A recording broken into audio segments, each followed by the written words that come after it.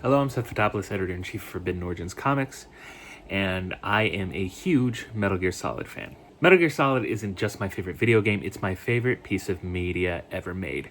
Every book and comic I've ever read, every film or TV show I've ever watched, every video game I've ever played, and every song I've ever listened to, Metal Gear Solid is my favorite piece of media. But when that announcement for Metal Gear Solid Delta came out, I was like, okay. And of course, since I am a Metal Gear fan, I am also a Kojima fan, but I've enjoyed Metal Gear games that he didn't work on that much. Portable Ops and the Acid games are two examples of fantastic Metal Gear games where he had very little input. Metal Gear Rising as well, fantastic game. I know in that case he did have a lot of input, but he wasn't really directing it. It was a third-party studio that did it, Platinum Games. I even enjoyed the GameCube remake of Metal Gear Solid, developed by Silicon Knights. This remake, though, I was a lot more hesitant of. In large part, it's because of how Metal Gear has been treated by Konami post-Kojima firing.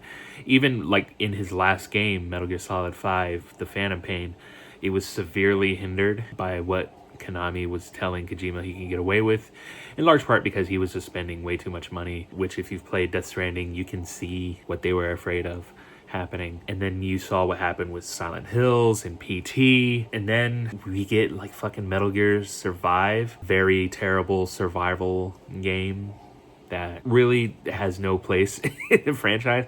And then they just abandoned it for a long time. Everybody thought they were going to remake Metal Gear Solid 3. Funny enough, a couple years ago, when there were cutscenes developed for a pachinko machine, people were like, oh, are they making Metal Gear Solid 3? It's like, no, they're just selling pachinko machines and using their old franchises to sell them. That's why you haven't seen a Castlevania game in a while, because they're fucking making pachinko machines. There's also the Silent Hill 2 remake that came out last year, developed by Bloober Team, which was a fantastic game, one of the best games to come out last year, but there was still a severe lack in budget. You can tell that there was a lack in budget of that game, nothing like you would see in a traditional AAA game now. It was definitely more money than Bloober Team has ever seen in their fucking lives, but it was still less money than a typical AAA game would get. And the Metal Gear games, when they came out, they were cutting edge. They were doing stuff that no other game was doing at the time. Metal Gear Solid 3 in particular, with the camo system where you get to change your clothes and then your clothes can blend into the environment, so it makes enemies harder to see you. All the survival elements, the fact that it takes place in a forest and it still ran pretty well. I felt like, we were going to get the remake and it wasn't even going to live up to that. It would be kind of stuttery. There would be some aspects of it that didn't quite gel well. So I wasn't really excited.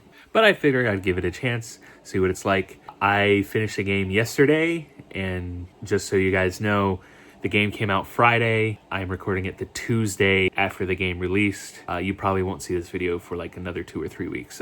So this game is a very, very faithful remake of the original. And by original, I mean the original PS2 release. For those of you who don't know, Metal Gear Solid 3 has been released multiple times, and each time they have added stuff and then taken away things. This one is more of a remake of the very, very original. In fact, the biggest change has been, it's on a new console. It's using Unreal 5 as its engine, and you can really tell. So I don't want to disparage Unreal 5. Our creator, Armani, is doing a lot of cool work with Unreal Engine 5, essentially he's working by himself. He does have other people helping him, but he animates pretty much everything himself on Unreal 5. It's an incredibly impressive tool. What I will say though is Unreal 5 is, if you don't put in a ton of work to make it look unique, everything just kind of looks the same. Every Unreal thing kind of looks the same. The environments look phenomenal.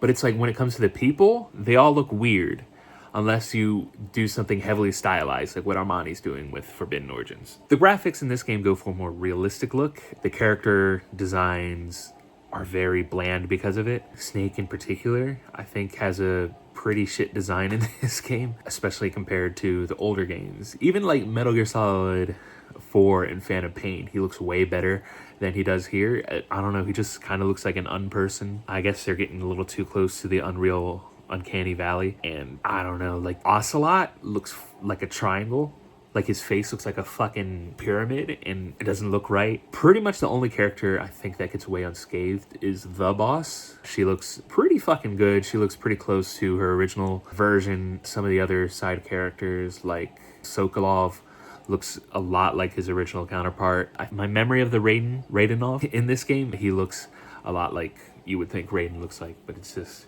most of the characters look weird. They don't look like they mesh in the world, which is very unfortunate that Death Stranding 2 released 2 months earlier, and you can see what a modern Kojima game should look like, what a modern Fox Engine game would look like, even though that game wasn't a Fox Engine, but the Fox Engine has a look, and they were able to translate that into the Decima engine. They do not have that look in Metal Gear Solid Delta, and that's very unfortunate because of every fucking thing that should have that look, Delta should have that look. So that's very unfortunate. The original game was also known for like its like greenish filter. This game does not have that. It's like clear as possible, I guess, which makes it kind of lose like some of its cinematic design.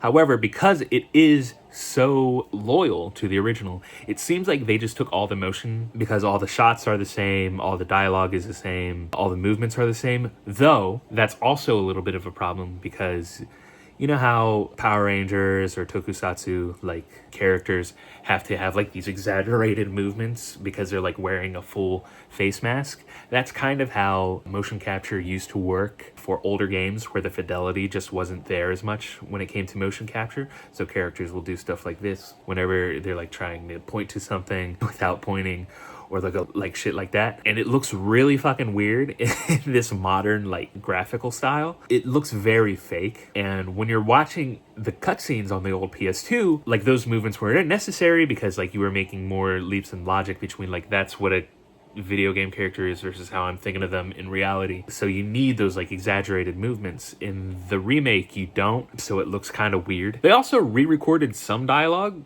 which is strange. Like, I don't know why they did that. There's a moment very early on where I think it's the first time you save where paramedic, her gimmick is that whenever you save, she tells you about film history because the game takes place in the 60s, so it's history to us, but like then it's like, oh, this movie came out like 10 years ago. She's talking about Godzilla, and in the original they talk about the 50th anniversary because the game came out in, I want to say 2004, maybe 2005. And then because the game came out, this game comes out in 2025, they recorded that line, so instead of 50th anniversary, she says 70th. And I'm like, why the fuck did you do that? What is the point of that? It's not like I'm annoyed or angry that they ruined the original, because in the original she said 70 or 50. It's more like, why bother? And it goes into like that budgetary thing I was talking about, how they were not going to put a high budget into this game, or like as high as like a normal, like compare it to Resident Evil Remake, completely new motion capture. They're recording everything from the ground up. They're just kind of using that original game as the idea. And then if you compare it to the Metal Gear Solid Remake on the GameCube, that was the same thing. New motion capture data, new dialogue recordings. Why not just do that for Delta? And the answer is because why would you pay people to do that? I guess it's like, well, we have all the motion capture data from the old shit, just drop it into this one. Instead of like re-recording it, making it more modern, changing some of the dialogue, bringing a lot of those voice actors back would be cool. Like a new David Hayter performance, which we haven't gotten in like 10 years. That would be pretty cool, but no, they decided to go with the old shit, which, okay. But to be fair, all of that is stuff you get used to if you playing the game, like probably for like an hour or two, and you're not like trying to look at that shit like I have, like somebody who has played the original game like 50 times and played all the re-releases like multiple times. Yeah, that stuff sticks out to me because I'm like, that looks weird now, but to a new player, they probably see it and go like, okay, whatever. And then when it comes to the gameplay, they added this new mode where it's more modern, and it's like left trigger aim, right trigger shoot. The camera's behind the back now, like most third-person shooters. I don't personally like it that much. I played the whole game that way, probably because I'm used to the old like camera all the way up high, the fixed camera angles style of gameplay where you're using either the D-pad or the left stick. I use the D-pad a lot, and then, you know, just the 8-way movement. Sometimes it's way easier. Other times, like, for some reason you can't turn around immediately. You have to like go forward and then like turn around like that, and that has fucked me up so many times when I'm playing it. Like I'm trying to sneak up on somebody and then like, okay, I gotta get back, and then in order to move back, I have to like turn to the left and then go back. It's like, why? How is that more modern? How does that work? So it definitely does not feel as good. It feels like a kind of half measure. Like, oh, we're gonna put in the new shit into the old game, but not all the way. And it doesn't work as well for me. But I think for new players, especially since the old Metal Gear games are hard to play if you haven't played them before, they'll probably enjoy that a lot more. One thing about the game I'm very, very, very happy about is that they brought Guy Savage back. Now, for those of you who don't know, the original release of Metal Gear Solid 3 had this minigame in it. About 50 to 70% of the way through the game, you get captured and tortured. Then when you gain control in the prison, you can save. Now, what you're supposed to do is reload that save, either by resetting the console or just... well, now you can just reload it from the menu. When you do, when you log back in, you have this dream. Snake has this nightmare where you have these two swords and you are in an abandoned building and you start fighting, like, I think it's vampires or ghosts or something. In the new ones, it's a bunch of corpses. No, I think that might be true too in the old one. In the new one, you wake up in a cemetery and you have the two swords again. You look like a Bloodborne character, and then from out of the grave, a bunch of zombies start coming out, and then you get to fucking hack and slash the hell out of them. And the gameplay is very fun. There's like multiple stages to it. Not like multiple levels, but like you defeat the enemies, then a new type of enemy comes out, and then you gain like another power, and then you are killing them and everything. And that was not in subsequent versions of Metal Gear Solid 3, except for like the PS Vita version for some reason. So it was very exciting to see that come back. I haven't really interacted with Metal Gear Solid, which is the Ape Escape minigame that you can play as well. So I haven't really engaged in that. The Subsistence and the HD collections also come with the original two Metal Gear games. So this one doesn't have that either. Overall, I think this is a serviceable remake. Aside from the fact that it's called Delta, which translates to 4 usually. It's a dumb fucking name because this is a remake of Metal Gear Solid 3.